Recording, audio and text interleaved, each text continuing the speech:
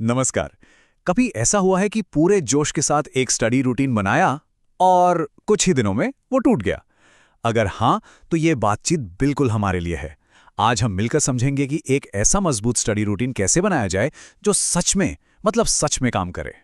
तो चलिए सीधे मुद्दे पर आते हैं। क्या स्टडी रूटीन बार बार फेल हो रहा है? अगर इसका जवाब हाँ है तो चिंता करने की कोई बात नहीं है।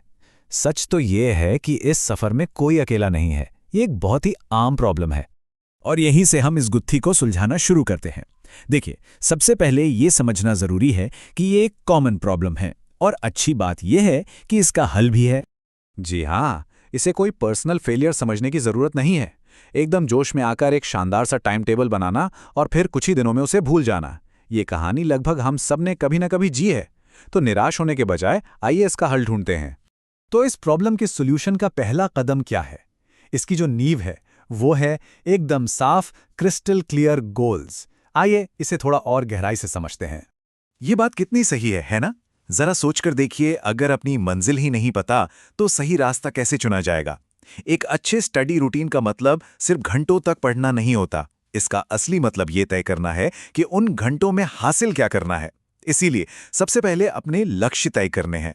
अच्छा, तो एक बार गोल्स क्लियर हो गए तो अब हम उन 3 कामयाब आदतों पर ध्यान देंगे जो किसी भी स्टडी रूटीन को एक मजबूत आधार देती हैं। चलिए इन्हें एक एक करके समझते हैं।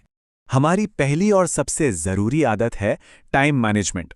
और नहीं, इसका मतलब सिर्फ एक टाइम टेबल बना लेना नहीं है। मैं एक ऐसी खास तकनीक के बारे में बताने वाला हूं जो गेम चेंजर साबित हो सकती है। और वो तकनीक है पोमोडोरो टेक्निक।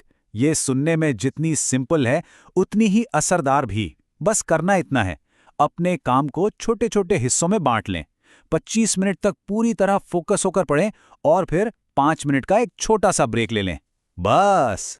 और इसके फायदे जबरदस्त। पहला, प्रोडक्टिविटी एकदम से बढ़ जाएगी और दूसरा, दिमागी थकान से भी बचे रहेंगे, जिससे लंबे समय तक फोकस बनाए रखना आसान हो जाएगा। चलिए अब बात करते हैं हमारी दूसरी आदत की, जो शायद हम सब के लिए सबसे बड़ी चुनौती है, यानी कि डिस्ट्रैक्शंस को कंट्रोल करना। हमारे ध्यान के सबसे बड़े दुश्मन कौन है? जाहिर है, हमारा फोन और सोशल मीडिया। और इनसे बचने का उपाय भी बहुत ही आसान है। पढ़ाई के समय फोन को साइलेंट पर रख दें, या सबसे अच्छा तो यह है कि उसे किसी दूसरे कमरे में ही छोड़ आएं। और अब आते हैं हमारी तीसरी और शायद सबसे ज्यादा नजरअंदाज की जाने वाली आदत पर, जो कि सफलता के लिए बेहद जरूरी है, और वो है सेल्फ केयर, यानी अपना ख्याल रखना।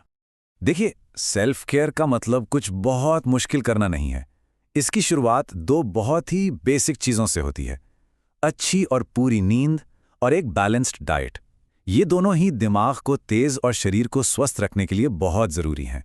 और इसका पढ़ाई पर सीधा असर होता है।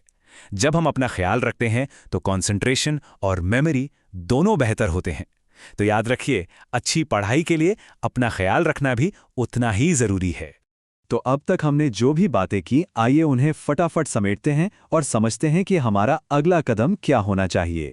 तो एक बेहतर स्टडी रूटीन का रास्ता इन 4 आसान कदमों से होकर जाता है। पहला, अपने लक्ष्य तय करें। दूसरा, पोमोडोरो जैसी तकनीक से अपना समय मैनेज करें। तीसरा, डिस्ट्रैक्शंस को दूर भगाएं।